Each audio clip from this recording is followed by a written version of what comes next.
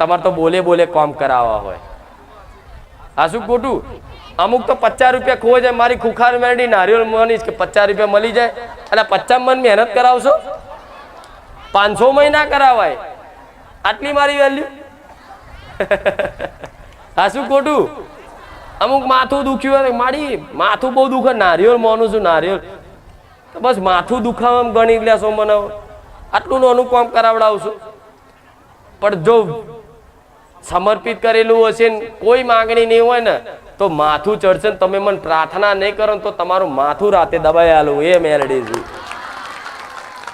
એક વખત મારા બની જાવ એટલે તમને માથું દુખે તો મને ચડે.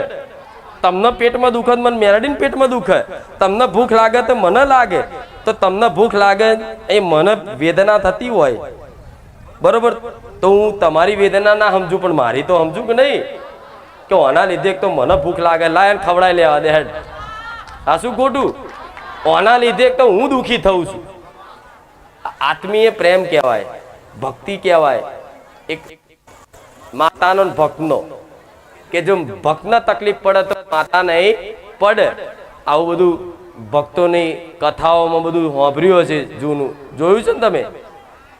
આ પ્રહલાદને જ્યારે અગ્નિમાં હોલિકાએ લઈને બેઠા પ્રહલાદજીને, તારે જે હોલિકા ભરી જઈ, પ્રહલાદને કશું થયું પણ વિષ્ણુ ભગવાન દજાયા હતા. આમ તાપ હતો એવો એમનો શરીરમાં, ખબર છે ને.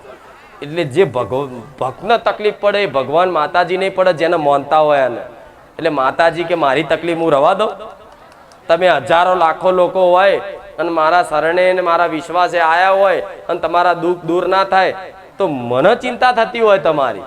તમે એવું માનતા હોય કે ના માતાજી તો કોઈ ચિંતા ના, મને બધાની ચિંતા ચમકે. તમે બધા મારો પરિવાર છો, મારા પરિવાર જ બન્યા ને.